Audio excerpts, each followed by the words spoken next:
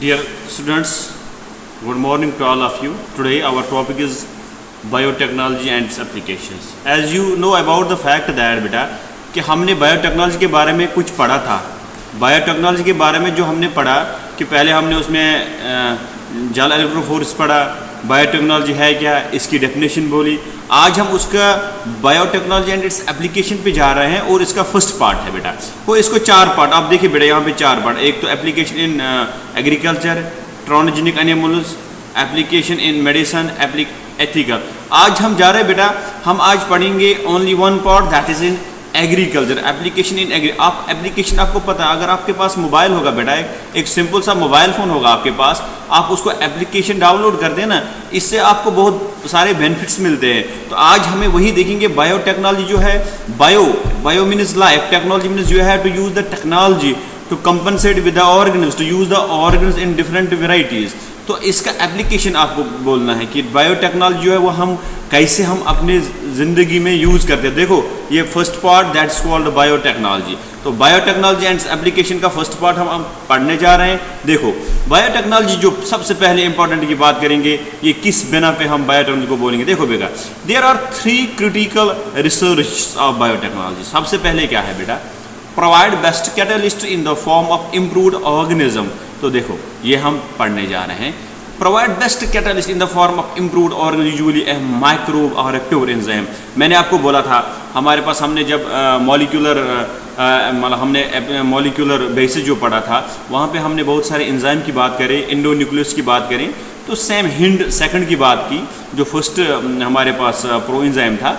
तो देखो बेटा, सबसे पहले हम बात करेंगे कि ये कैसे हमें बायोटेक्नोलॉजी हमें कैसे यूज़ में आ रहा है। It is used in many way, just like देखो यहाँ पे provide best catalyst in the form of improved organ. हम अब आपके पास we have different types of organs we use in biotechnology and they give us pure enzyme. वो हमारे पास best catalyst you know which increase the rate of reaction.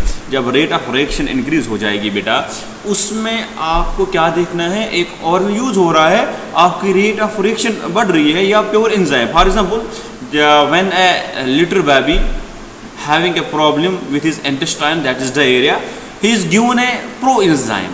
It is in the form of organism, microbe or pure enzyme. तो वो इसको क्या कर रहा है, ORS हम देते हैं, उसमें साल्ट और शुगर सेम केस। हम जब इसको ज़्यादा इंडाइजेशन होगी, डाइजेशन नहीं होगी, तो हम इसको मैक्रो इन द मेडिसिन देते हैं इन द फॉर्म ऑफ मैक्रोब या प्योर एंजाइम। तो वो तो देखो बायोटेक्नोलॉजी की सबसे इंपॉर्टेंट एप्लीकेशन है। और देखो बेटा दूसरी वन क्या है, create optimal conditions through engineering for a catalyst to act. अब देखो दूसरा जो है, हम जेनेटिक इंजीनियरिंग कर रहे हैं, दो चीज़ों को मिला के इनको रिकम्बाइन करके हम एक ऐसा कैटलिस्ट देते हैं कि उसकी कंडीशन जो है वो एक्ट हो जाए, उसकी जो काम है वो हमारे daily to day life use में हो जाए।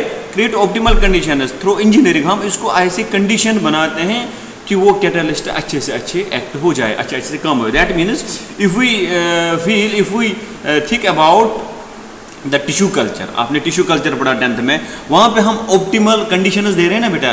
कैसे दे रहे हैं, हम वहाँ पे काम कर रहे हैं, उसको न्यूट्रिएंट वैल्यू दे रहे हैं, छोटा सा प्लांट का छोटा सा पार्ट भी लेके उसको हाइजीनिक में रख के आपको कैलस बन रहा है, मास ऑफ सेल्स बन रहा है। तो वो तो जेनेटिक इंजीनियरिंग ही है ना, वो तो हमारे पास बायोटेक्नोलॉजी की एप्लीकेशन है। कैटलिस्ट को एक्ट होना है, वहाँ पे हम बहुत सारे देखो। अब हम तीसरे पॉइंट पे जाए, down stream process through technology to purify protein organic. आपको जब अब सारी चीज़ें मिले बायोटेक्नोलॉजी की वजह से, आपको बहुत सारे, अब लास्ट में जो डाउन स्ट्रीम प्रोसेस आप पढ़ोगे ना बायोटेक्नोलॉजी एप्लीकेशन, उसमें आप सारे चीज़ को प्यूरिफाई करके अपने daily to daily life use में यूज कर रहे हैं। That means in the last you have a process that's called, ये देखो क्या प्रोसेस मैंने बताया बेटा, that's called down stream process. ये एक ऐसी बायोटेक्नोलॉजी की एक ऐसी टेक्नोलॉजी है जो प्यूरिफाई प्रोटीन को करता है, organic compound. You know that protein amino acids के बन रहे हैं, ऑर्गेनिक कंपाउंड जो फोटोसिंथेसिस में मिल रहे हैं। तो बायोटेक्नोलॉजी से जब कोई भी चीज़ आप यूज़ कर रहे हैं ना, मिल रहा आपको, इट्स एप्लीकेशन की वजह से मिल रहे हैं, उनको प्यूरिफाई करने के लिए एक प्रोसेस है, that's called down stream process. आगे जाए बेटा, अब सबसे पहले जो मैंने बताया first part we are discussing that's called application in agriculture. Application in agriculture सबसे पहले बेटा application in agriculture, agriculture means कि आपको कल्टिवेट करना है डिफरेंट काइंड्स ऑफ प्लांट्स। आप जब एग्रीकल्चर में लाइव स्टॉक भी आ रहा है, देखो 3 options for increasing food production. You know that, ये देखो फूड प्रोडक्शन को इंक्रीज करना, you have to increase the food production by 3 options which is only with the help of biotechnology. वो बायोटेक्नोलॉजी का सबसे पहले यूज़ हमारे एग्रीकल्चर में आ रहा है। Culture means total way of life, agri means related to the fields. तो आपको फील्ड में बहुत सारे प्लांट को आप कल्टिवेट करके आप अपने फूड प्रोडक्शन को इंक्रीज कर सकते हैं। सबसे पहले कैसे कर सकते? Agro chemical based area. अब आपको एग्रीकल्चर केमिकल्स मिल रहे हैं बायोटेक्नोलॉजी की वजह से, तो वो एग्रीकल्चर में क्या कर सकता है? वो तो उसकी मतलब मात्रा तो बढ़ा सकता है ना बेटा। फॉर एग्जांपल ऐसे मैं बताऊंगा एग्रो केमिकल्स के how you know about the agro chemical based agriculture. देखो, when you have a little bit deficiency, trace element deficiency with small plant or with some plants, you add fertilizers. When you add the fertilizer, this means this is agrochemical based agriculture. आपने यहाँ से potassium दे दिया, sodium दे दिया, हाँ, phosphorus दे दिया। जहाँ पे जिस प्लांट को जिस चीज़ की ज़रूरत है, आप इस प्लांट को वो चीज़ें दे के उसी को बोलते हैं एग्रोकेमिकल बेस्ड। ये तो किसकी वजह? It's only due to biotechnology. जब बायोटेक्नोलॉजी की एप्लीकेशंस आए तो आपने एग्रोकेमिकल बेस्ड एग्रीकल्चर स्टार्ट किया। When you use this type of a chemical or agrochemical based agriculture, it is only and only due to the application in biotechnology. It's only due to the biotechnology because we use different kinds of organisms in different ways to have a benefit for our daily life. Second one क्या है बेटा? Organic agriculture. अब हम वो no organic agriculture की मतलब है बेटा कि there is no need of chemicals. We just like give the example in organic agriculture में best example vermi composed farming. Vermi composed farming का मतलब अर्थवर्म को यूज़ करके उससे बेनिफिट लेके आप बहुत सारे प्लांट्स को यूसेज में लाते हैं। वो इट हैज़ नो डिसएडवांटेज। देखो बेटा, इस चीज़ को नो डिसएडवांटेज कैसे आप बोलोगे नो डिसएडवांटेज? क्योंकि आपको अब उसमें कोई केमिकल आपने यूज़ नहीं किया। एवरी एडवांटेज है डिसएडवांटेज। अगर आपके बायोटेक्नोलॉजी इस वक्त हम बोलते हैं एडवांटेज, लेकिन उसका डिसएडवांटेज हमने केमिकल यहाँ पे यूज़ किया। लेकिन अब ऑर्गेनिक की बात करें, it is pure farming, that means no use of chemicals. और वहाँ पे वर्मी कंपोज हम ऑर्गेनिज्म को यूज़ करके हम एग्रीकल्चर को ला रहे हैं बहुत सारे। अब थर्डली क्या है बेटा?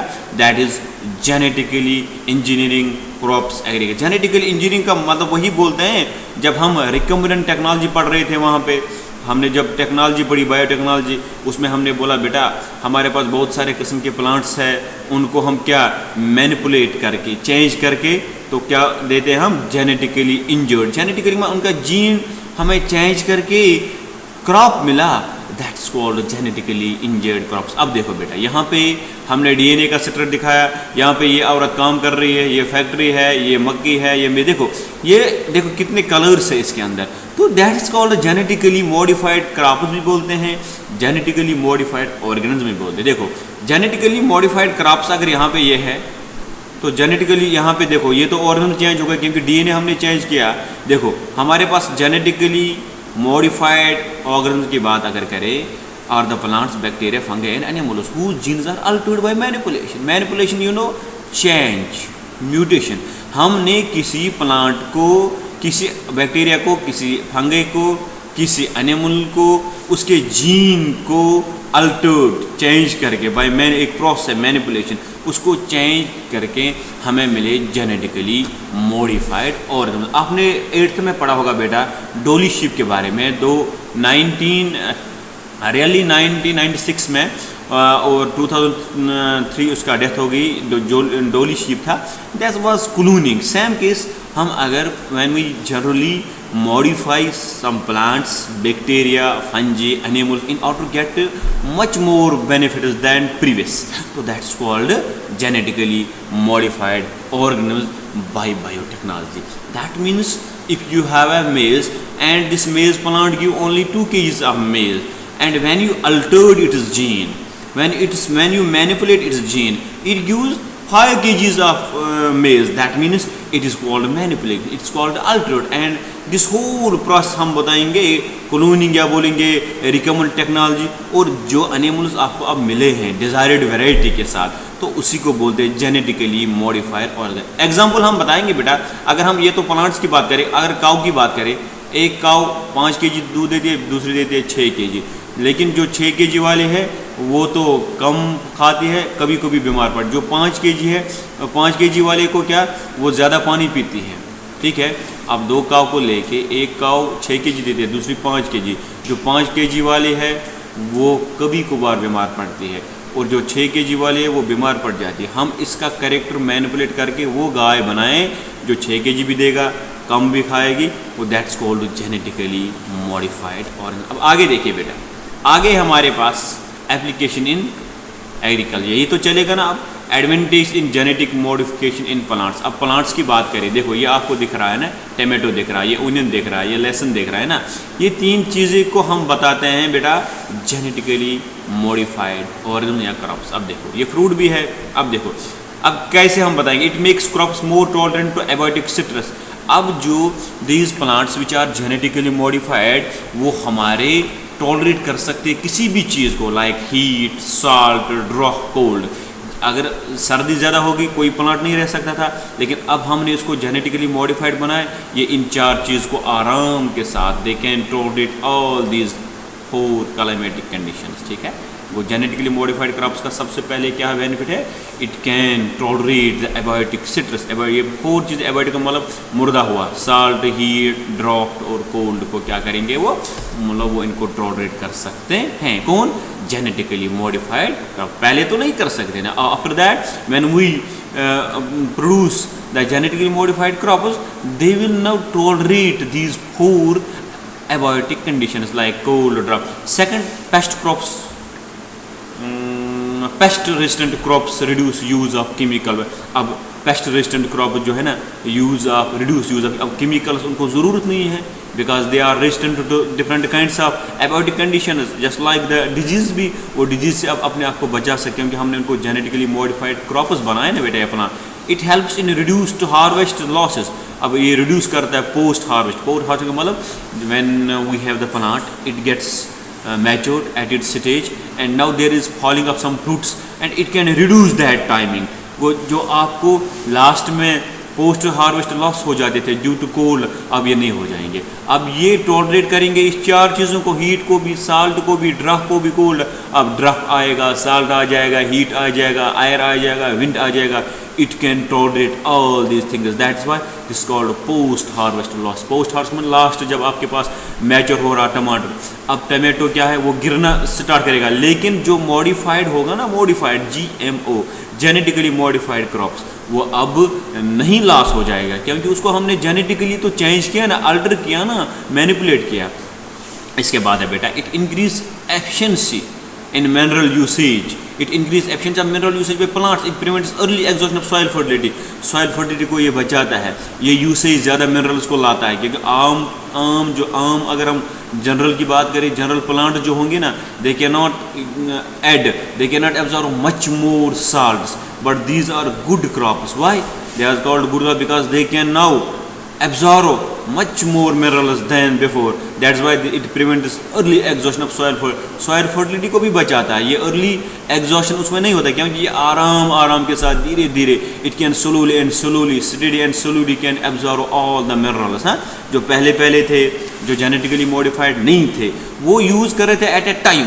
लेकिन जब हमने जेनेटिकली मॉडिफाइड क्रॉप्स को बनाया, they can use these minerals in a very good condition. मतलब गुड कंडीशन का मतलब जब उनको ज़रूरत है उसी तरीके से उसको यूज़ कर रहे हैं ना, वो मतलब अच्छे से यूज़ कर रहे हैं in good condition. That's why we say it prevents early exhaustion of soil fertility. और 4th वन, 1 2 3 4, 5th वन बेटा, 5th वन क्या है, it enhance nutritional value of foods. Example बताएंगे बेटा, अगर हमारे पास अभी हमारे प्लांट को क्या था, विटामिन जो था, अब विटामिन A जो है गोल्डन राइस में वो इनरिच हुआ। पहले जो राइस में था, फॉर एग्जाम्पल यहाँ पे हम राइस लिखेंगे ना, जो पहले राइस जो था, डजंट हैव मच मोर, क्या था, does not have much more. क्या मच मोर, उसमें मच मोर नहीं था विटामिन A। क्या था, विटामिन A उसमें नहीं था। लेकिन अब जब हमने जेनेटिकली मॉडिफाइड क्रॉप्स को लाया तो वी हैव न्यूट्रिशन वैल्यू उसका बढ़ गया है। जो खाने पीने की उसमें मतलब हम खाते हैं किसी चीज़ को, उसमें जो एनर्जी है वो बढ़ गई, विटामिन ए बढ़ गया उसमें गोल्डन राइस में। देखो ये it is only due to the GMO, genetically modified crops. तो वो किसकी वजह से हो गई? बायोटेक्नोलॉजी की वजह से हो गई। अब देखो बेटा, हम यहाँ पे चल रहे हैं ना, GMO used to create tailor made plants to supply alternate resource, starch, fuels, fire extra to industries में हम ये क्रिएट अब बनाए। जब ये मशीन जैसा हो गई, टेलर क्या करता है? तेज रेडीमेड करता है। ऐसे इसको क्या प्लांट को हमने ऐसा अल्टरनेट रिसोर्स उसमें हो गए, स्टार्च मिल रहा है उससे, फ्यूल्स मिल रहा है उसको, दवाई मिल रहा है। देखो एक प्लांट से हमें वही चीज़ मिल रही थी, खाने पीने की सुविधा, लेकिन अब हम इनको जब हम जेनेटिकली मॉडिफाइड इनको स्टार्च भी मिलते हैं, फ्यूल्स भी मिलते हैं और फार्मास्यूटिकल मेडिसिन भी मिलते हैं। आफ्टर दैट देखो agri application in agriculture, that is pest resistant की बात करें। पेस्ट रेजिस्टेंस का मतलब है बेटा, अब हम इनको बीमारी से बचा सकते हैं। किन को? GMO मतलब जेनेटिकली मॉडिफाइड ऑर्गेनिज्म, या बोलेंगे जेनेटिकली मॉडिफाइड प्लांट्स को हम पेस्ट रेजिस्टेंट बना सकते हैं। देखो पेस्ट रेजिस्टेंट प्लांट्स की बात अगर करें, यहाँ पे देखो pest resistant plants act as bio pesticides. वो खुद pest resistant plants act as biopesticides. तो अब बायोपेस्ट जो जेनेटिकली मॉडिफाइड क्रॉप्स है वो अब बायोपेस्टिसाइड्स एक्ट होते हैं खुद ब खुद, मतलब उनको दवाई की जरूरत नहीं, वो खुद ब खुद जो भी कोई बीमारी आएगी उसको खुद ब खुद टॉलरेट करके उसको मार सकता है। It reduce the need of insecticide. अब इंसेक्टिसाइड भी यूज़ नहीं करना है। देखो कौन कौन? BT कॉटन है, BT कॉर्न है, राइस है, टमाटो है, पोटैटो है, soybean, these all are genetically modified crop. अब इनको क्या है बेटा, इनको हमारे पास हमें इनको नहीं चाहिए। वो जो चीज़ आपको चाहे, पेस्ट्स वेस्ट्स कुछ नहीं चाहिए इन चीज़ों को। What are these? These are genetically modified plants. अब देखो ये खुद बीमारी का सामना करते हैं। ये देखो हमारे पास ये है BT कॉटन है, ये है टमाटो है, ये है कॉर्न है, ये है potato. These all tolerate the disease. अब नेक्स्ट वन देखो ethical. Today it will be sufficient for today. After that we have the this is all about the biotechnology in application, that is in agriculture. After that we have ethical. के बाद आपको मैं पढ़ाऊँगा। अब देखो agriculture में थोड़ा सा और BT कॉटन पढ़ेंगे आज। अब देखो इथिकल बाद में आएगा। यहाँ पे देखो पेस्ट रेजिस्टेंस। BT कॉटन जो है ये देखो ये BT कॉटन है, BT कॉटन की बात करें ये है, ठीक है। अब देखो क्या हुआ है, सम स्ट्रेंड्स ऑफ बेसिलस थोरिंगस हमने लाया। ये बेसिलस ये बैक्टीरिया है proteins that kill the insects like. ये देखो ये सारे इन बैक्टीरिया को मारता है, इन इंसेक्ट्स को मारता है, ठीक है। ये वाला कौन? अब ये बेसिलस थोरिंगस जो है इसकी कुछ चीज़ें हमने लाए, मतलब जीन लाया, इसमें जो है प्रोटीन दैट किल इंसेक्ट, वो किल इंसेक्ट पर। अब इसी को मैनिपुलेट करके ना बेसिलस थोरिंगस को किसी में डाल के वहाँ पे वो एक्ट हो जाएगा बायोपेस्टिसाइड्स। देखो अब क्या हमने किया, ये बैक्टीरिया जो है बेसिलस थोरिंगस उसको ला के बेसिलस थोरिंगस फॉर्म में टॉक्स इंसेक्टिसाइडल BT प्रोटीन है ना, ठीक है। BT प्रोटीन, इसको BT टॉक्सिन भी कहते हैं। Crystal during a particular phase of their growth it does not kill the bacillus as it exist in active. अब देखो ये हमारे किसी भी बी टॉक्सिन है ना, B toxin, B thuringiensis form a toxic insecticidal protein. अब ये देखो इसमें इंसेक्टिसाइडल प्रोटीन होता है crystal during a particular phase of their growth it does not kill the bacillus. ये बेसिलस को नहीं मारता है, क्यों? ये तो इनएक्टिव स्टेज में। सर यहाँ पे एक चीज़ है, अगर इस बैक्टीरिया को खुद ब खुद जहर है तो खुद क्यों नहीं मर जाता है? क्योंकि मैंने यहाँ पे रखा है प्रोएक्टिव, इनएक्टिव प्रोटॉक्सिन्स। वो है कि इसका सिट्रेन, इसका एक चीज़ निकाल के किसी प्लांट में डालिए तो वो एक्टिव बन जाता है तब जब कोई और उस पर एक्ट होके खाना शुरू करता है, उसका गट वाल खराब होके वो मर जाता। मतलब यहाँ पे बेसिलस थोरिंगस आप बोलोगे सर इसमें जहर है बेटा, लेकिन ये अपने आप को नहीं मारता है क्योंकि ये इनएक्टिव स्टेज होता है। फिर इसी का सिट्रेन, इसी का जीन निकाल के कॉटन में डालेंगे, कॉटन पे अब डालेंगे। सर आप बोले कॉटन प्लांट मर सकता है? नहीं। अब क्यों नहीं मर सकता? हमने इसको इनएक्टिव स्टेज में डाला। जब इसमें कोई इंसेक्ट आएगा इसको खाना शुरू करा तो उसका जो गट वाल है वहाँ पे वो एक्टिव हो जाता है।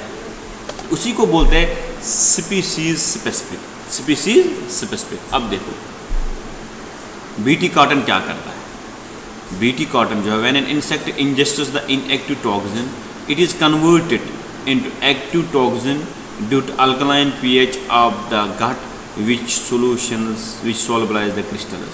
The toxin binds to the surface of the mid-gut epithelial cells and creates spores. It causes cell swelling and loss and death of insect. अब देखो वही तो मैंने बताया ना, देखो हम पीछे थोड़ा जाएंगे।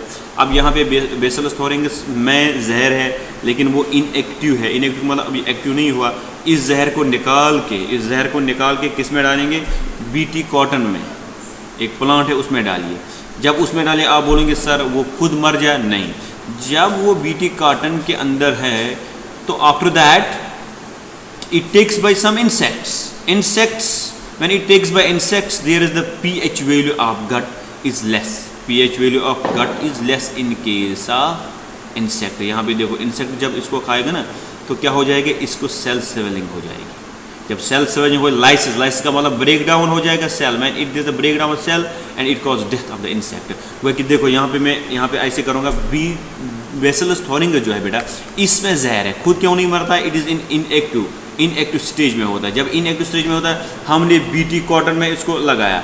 बीटी कॉटन में जब लगाया बेटा, अब इट हैज़ सम इंसेक्ट्स जो इसको खाना चाहते हैं, बीटी कॉटन को खाना चाहते हैं। They act upon the BT cotton. जब बीटी कॉटन पे हमारे पास, अब बीटी कॉटन क्यों नाम पड़ा? क्योंकि अभी हमने यहाँ यही इंसेक्ट है ना, बेसिलस थोरिंगस। कॉटन अब मिला, किसकी वजह से मिला? इस बैक्टीरिया की वजह से मिला। को वी नो दैट बेसिलस थोरिंगस जो है it has the crystal, it has the toxin. When it eats ingested by this insect, it solubilizes, it is gut means जहाँ से फूड वो ले रहा है। When it solubilizes, there is the activation of that toxin and there is a death or lice of this insect. That's why we call that BT cotton. BT cotton is the most important application of biotechnology. Why? Because हमने bacillus thuringiensis से ये जहर निकाल के हमने cotton में डाला। Cotton का जब भी कोई भी इंसेक्ट जैसे लाइक हमने ये बात की सिलोट्रोपस, बेटलस, लिपोट्रोपस, टोबैको बर्ड, डिप्थेरिस, फ्लाइज, मॉस्किटोस, ये भी जब when they act on the cotton plant they eat these crystals. When they eat these crystals, that gut starts lysing. Lysis यहाँ पे देखो मैंने, lysis means breakdown of gut and swelling of cells, and it causes death of the organism that is called insect. And this is the most important technology of the biotechnology, that is BT cotton. इसके बाद बहुत सारे technology, आज इतना ही बेटा। इसके बाद हम पढ़ेंगे, आज इतनी बायोटेक्नोलॉजी ने इतनी टेक्नोलॉजी हासिल की है कि हमारे पास अब प्लांट्स में भी क्या हो रहा है, लाइट आ रहा है। During day they absorb the light and during night they give light in foreign countries. तो thank you, wish you all the best. After few hours I will start new slides. Thank you, wish you all the best.